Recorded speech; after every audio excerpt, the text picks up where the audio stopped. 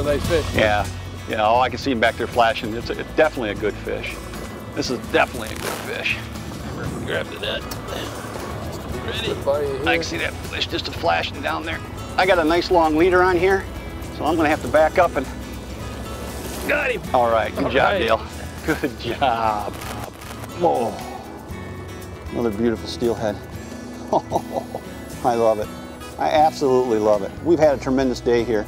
And like I said, we caught this one on a little bit different presentation. Here in a second, I'll show you the diver. It's called a rundown diver. They float at rest and they dive like a crankbait. And then you just attach a leader to the back of them. In this case, I've got a spoon at the terminal end.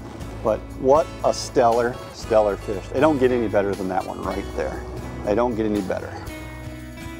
Like I said, we caught that last fish in a little different presentation. I've got it in my hand here. It's called a rundown diver. It's made by a company called Lurk. You may have seen these before. They used to be called a Trip Z diver. And essentially what it is, it's a floating diving plane that dives, but it's not directional. It just goes straight down in the water. And that's why we've been putting them on planer boards to get them out to the side. It's got a locking mechanism on the front here. So when a fish hits, it trips on the front mechanism here and then it no longer is diving. The beauty of that is I only have to fight the resistance of the fish. I don't have to fight the resistance of the diver. So you click it in position to make it dive. When you get a bite, it pops open and then it comes to the surface.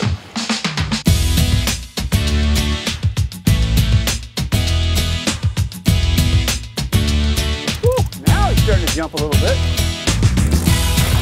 Oh my goodness, God. Bumped him, but then I got him.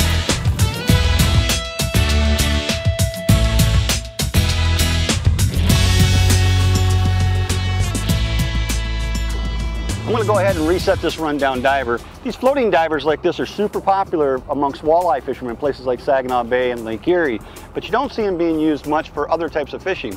In this inland water trout fishery we were doing, this is perfect. This is a perfect presentation. So all I had to do is snap the trip arm and the mechanism into position. Now all I'm going to do is just lay it in the water, and I've already got my spoon in the water back there. You can see it flashing behind me, and all I got to do now is just play out line. And just like a crankbait, the more line you let out on these things, the deeper they're going to go. And we found through trial and error today that 100 to 150 feet back seems to be the best place to be.